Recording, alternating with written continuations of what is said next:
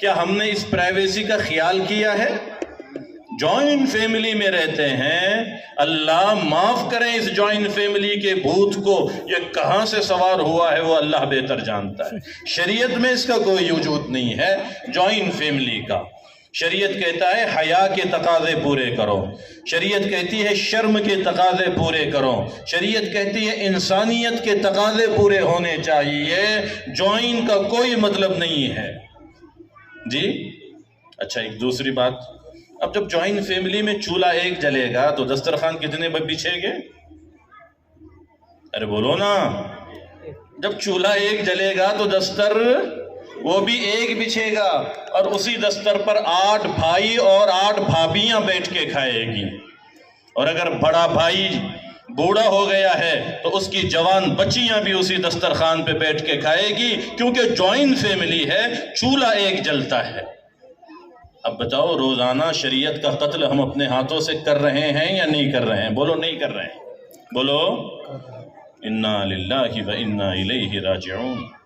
اہل اللہ نے لکھا ہے جب ساتھ بیٹھوں گے تو ادھر بھائی بیٹھا ہے اور ادھر بھابھی بیٹھی ہے، جس کو رسول اللہ نے کہا ہے یہ دیور تیرا تیرے لیے موت ہے، موت موت۔ کس نے فرمایا؟ رسول اللہ صلی اللہ علیہ وسلم نے فرمایا یہ تیرے لیے موت ہے۔ اب وہ بھابھی موت کے سامنے زندگی گزارے گی، کیا اس کی روحانیت کی موت نہیں ہو چکی ہوگی؟ اور پھر بھابیاں کہتی نہیں بھائی جان، یہ ذرا میرے ہاتھ سے لے لو، میں 1 چمچ ڈالتی ہوں، کیونکہ کرناٹک کی ہے نا، بغیر ڈالے کھائیں گے نہیں، یہاں تو ڈالنا واجب ہے، کرناٹکا میں ڈالنا کیا ہے؟ ارے بولو نا، بلکہ واجب سے بھی آگے، کھاتے ہی نہیں، ہاتھ بن کے بیٹھتے نہیں، ڈالے ہی نہیں تو میں کھاؤں کیا؟ محی السنہ رحمت اللہ علیہ نے لکھا کہ دسترخوان پر بیٹھنے کے بعد ایک دوسروں کے پلیٹ میں ڈالنا منع ہے، کھانے کے آداب کے خلاف ہے، اور یہ ایک جہاد ہے جو کرناٹکا میں لڑنا پڑے گا، یہاں اس کے بغیر کھایا ہی نہیں جاتا۔ آپ ڈالیں نا، وہ ڈالیں نا، کیوں ڈالیں؟ میں کھانے کے لیے بیٹھا ہوں، میرے پیٹ میں کتنی کیپیسٹی ہے آپ کو معلوم ہے؟ بولو ہاں۔ میں تیز پسند کرتا ہوں کہ پھیکا، آپ کو پتا ہے جی؟ میں سفر سے تھک کے آیا ہوں کہ نشاط کے ساتھ کھا رہا، آپ کو پتا ہے؟ مجھے آگے 1000 کلومیٹر کا سفر کرنا ہے، کتنی ضرورت ہے خوراک کی مجھے، آپ کو پتا ہے؟ آپ ڈالے جا رہے ہیں، وہ کھائے جا رہا ہے، پھر بیمار بھی ہو رہا ہے، نماز بھی چھوٹ رہی ہے، سستی بھی آ رہی ہے، کیا یہ سارا گناہ ڈالنے والے کے نام اعمال میں نہیں آئے گا؟ نہیں، کھا لو نا، اور تھوڑا کھا لو نا، میں ڈالتا ہوں نا، یہ میٹھا ہے نا، یہ پھیکا ہے نا، کھانے کے آداب کے خلاف ہے۔ اللہ والوں کے قدموں میں بیٹھیں، صحبت سے چیزیں ملتی ہے۔ محی السنہ نے لکھا ہے کھلانے کا آداب یہ ہے، آپ دسترخوان پورا لگا دیں، دسترخوان پہ سارے آئٹم ایک ساتھ رکھیں، آپ کو 10 آئٹم کھلانے ہو ایک ساتھ سجا دیں، تعارف کرائیں، مولانا یہ پھیکا ہے، یہ تیز ہے، یہ میٹھا ہے، یہ کھٹا ہے، یہ چھوٹا ہے، یہ بڑا ہے، جو بھی ہے بتا دیں، آپ کی ذمہ داری مکمل ختم ہو گئی ہے۔ اب وہ کھانے والا جانے اور دسترخوان جانے، اب اس کو پتا چل گیا کہ اتنے چیزیں مجھے کھانے ہیں، تو اب 10 لقموں سے زیادہ کون کھائے گا اللہ کے بندے؟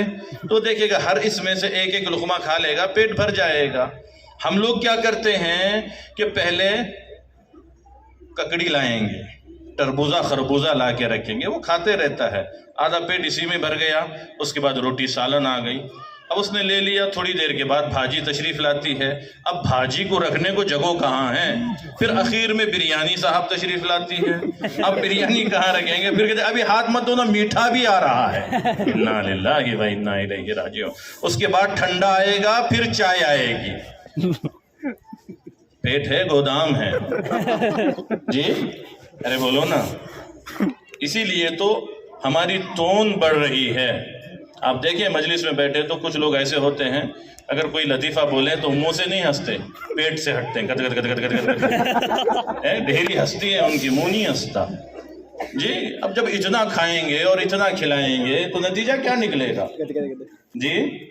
ایک خادم نواب صاحب کی خدمت کر رہا تھا، خدمت کرتے کرتے ذرا اس طرف آ گیا ہو، گھبرا گیا دیکھ کر کے یہ سب، ایئرپورٹ یہاں کیا اچانک آ گیا، تو گھبرا کے کہنے لگا جناب عالی یہ کیا ہے؟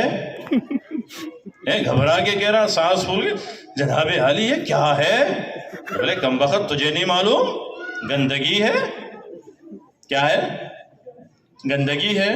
تو کہنے لگا جناب عالی صرف آپ کی ہے کہ پورے محلے کی ہے؟ یہ طریقہ شرعی نہیں ہے اللہ کے بندو۔ کھلانا بھی سنت کے مطابق ہونا چاہیے، میزبانی بھی سنت کے مطابق ہونا چاہیے، اور یہ چیزیں کتابوں سے کم صحبت سے زیادہ آتی ہے۔ اہل اللہ کے پاس جائیں تو سمجھ آتا ہے کہ سنت کیا ہے، پلانے کا طریقہ کیا ہے، ایک مستقل موضوع ہے۔ تو بہرحال یہ بات آئی تھی اس دستر سے، جوائنٹ فیملی کے دستر سے۔ اب بتاؤ بھاوج دیور کو کھانا ڈال کے کھلائے گی، اللہ والے کہتے ہیں اس کا لقمہ پیٹ میں بعد میں جاتا ہے، اس کھانے کی نحوست پہلے اس کے دل میں جاتی ہے۔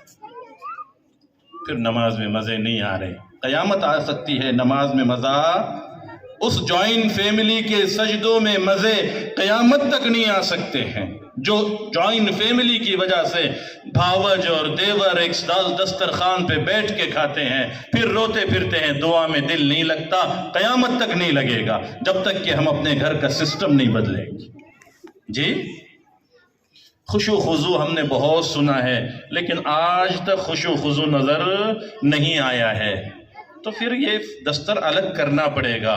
الحمدللہ ہم نے اس کو اتنا کہا کہ عاجز جس گاؤں میں رہتا ہے کرناٹکا کے، وہاں کے بچے آ کے کہنے لگے اب تک 10 گھر ایسے ہیں مولانا، والدین نے خود مشورے سے ہم کو الگ الگ کر دیا ہے۔ بولو سبحان اللہ۔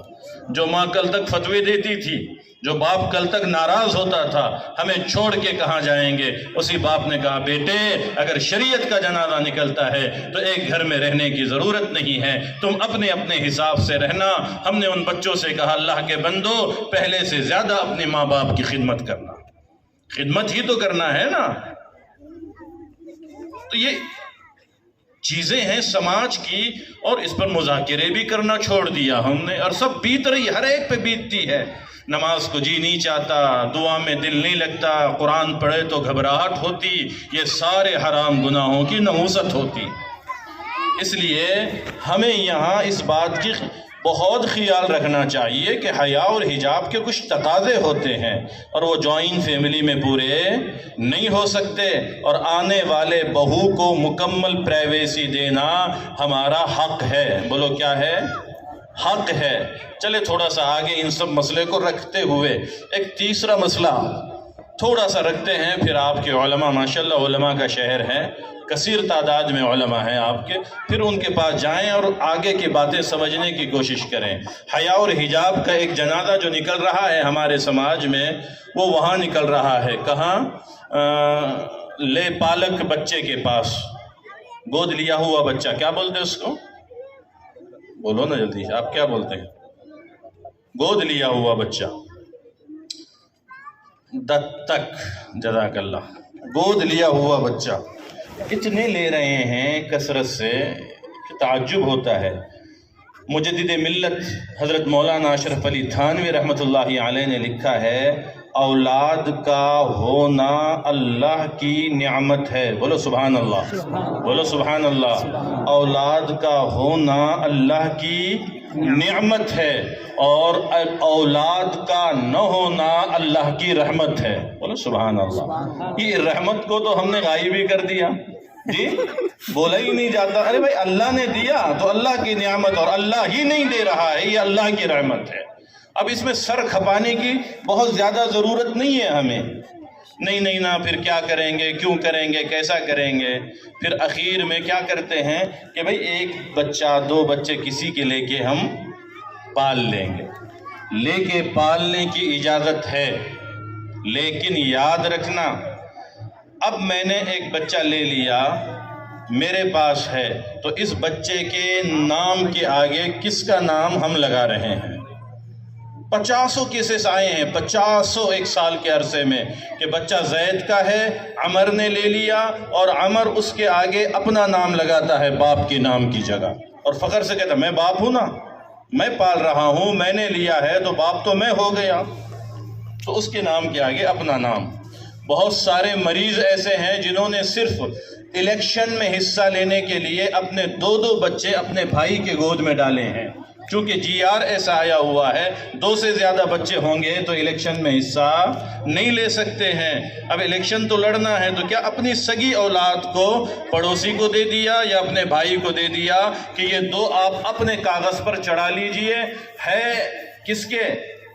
عبد الرحیم کے، اور نام اس کے باپ کا کیا لگ رہا ہے؟ زید ابن عبد الکریم۔ بولو لا حول ولا قوت الا باللہ۔ بالکل اجازت نہیں ہے کہ ہم کسی اور کے بچے کے آگے باپ کی جگہ اپنا نام لکھائیں۔ پھر آپ بولیں گے کہ مولانا ہم نے تو دواخانے سے اٹھا کے لایا ہے، اس کی ماں کا بھی پتہ نہیں ہے اور اس کے باپ کا بھی پتہ نہیں، آپ کیا کریں گے؟ ایسی شکل میں بھی علماء نے لکھا ہے باپ کی جگہ نام لکھنے کی اجازت، بولو زور سے، سرپرست بول کے لکھ سکتے ہیں۔ کیا لکھنا ہی ہے تو کیا لکھیں گے؟ سرپرست۔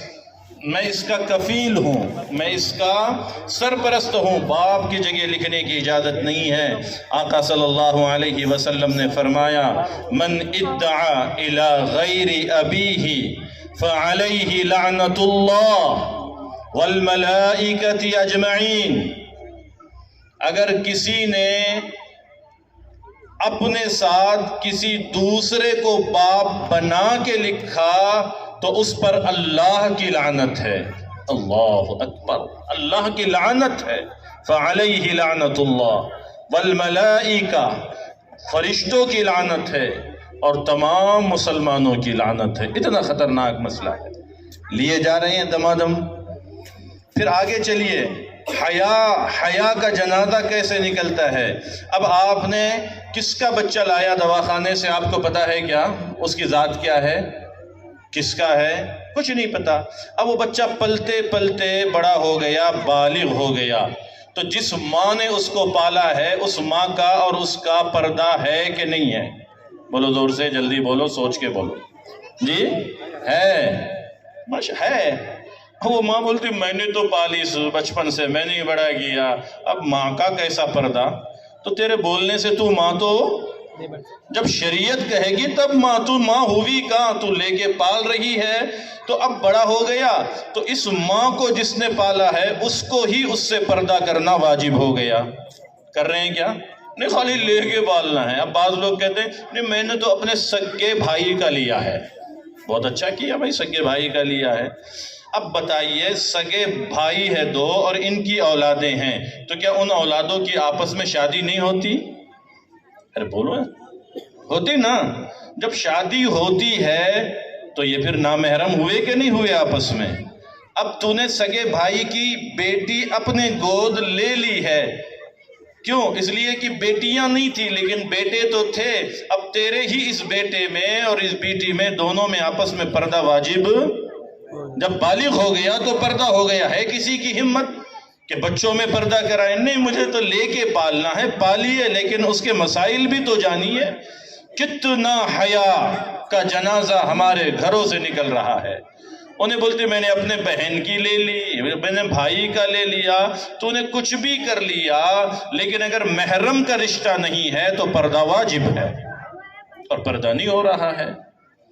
پھر اسی نحوست کے ساتھ زندگی گزرتی ہے اور پھر خون کے آنسو رونا پڑتا ہے۔ اب اس کو خون کے آنسو کو کھولنے کے لیے وقت چاہیے۔ بہن، بھائی، بہن، ہمارے نوجوانوں میں بھی ایک بیماری آ گئی ہے، وہ ہر ایک کو بہن بناتے ہیں۔ کیا ہے یہ؟ کون ہے؟ نہیں بولے میری آپا ہے، میری بہن ہے۔ کیسے بہن ہو گئی؟ ہم حج میں ساتھ گئے تھے نا تو عرفاتی بہن ہو گئی۔ انا للہ و انا الیہ راجعون۔ مکہ میں ملاقات ہوئی تو مکی بہن، مدینہ میں ملی تو مدنی بہن، جہاز میں ملی تو سفری بہن، جنازہ نکل گیا۔ یہ بہن ہوتی ہے، شریعت کا حکم ہے بہن صرف 3 اور بھائی صرف 3۔ بولو کتنے؟ بولو کتنے؟ کتنے؟ نمبر 1 سگا بھائی، نمبر 2 سوتیلا بھائی، نمبر 3 دودھ شریک بھائی، بس۔ اب اس کے بعد کوئی بھائی نہیں اور کوئی بہن نہیں۔ نہیں، چیٹنگ بھی ہو رہی، نہیں یہ ہمارے بہن ہے نا، بولے ہم نے ان کو بہن مانا ہے، تیرے ماننے سے کچھ نہیں ہوگا۔ اور وہ بھی کہتی ہے ہم نے بھائی مانا ہے۔ خدا کی قسم، نظر بدل جانے سے مسائل بدل جاتے ہیں۔ جی، بی بی آسیہ نے دیکھا تھا حضرت موسیٰ علیہ السلام کو، لیکن کس نظر سے دیکھا تھا؟ میں اس کو اپنا بیٹا بناؤں گی۔ کیا بناؤں گی؟ کیا نظر تھی؟ بیٹا۔ اللہ نے اس کو ہدایت دے دیا، بولو سبحان اللہ۔ زلیخا نے دیکھا حضرت یوسف کو بیٹا بنانے کے لیے، ارے بولو نا، نظر بدلی نہیں بدلی؟ زلیخا نے نظر بدل کے دیکھا، فتنے میں مبتلا ہو گئی، اور بی بی آسیہ نے بیٹے کی نظر سے دیکھا، اللہ نے ایمان کی دولت سے نوازا ہے۔ اتنا فرق ہوتا ہے۔ بچیاں جو سن رہی اسکول کالج والی، وہ بھی سنیں کہ ہر ملنے والا آپ کا بھائی نہیں ہوتا ہے۔ جی، ایک بہت بڑا نام ہے حضرت بابو جی عبداللہ رحمۃ اللہ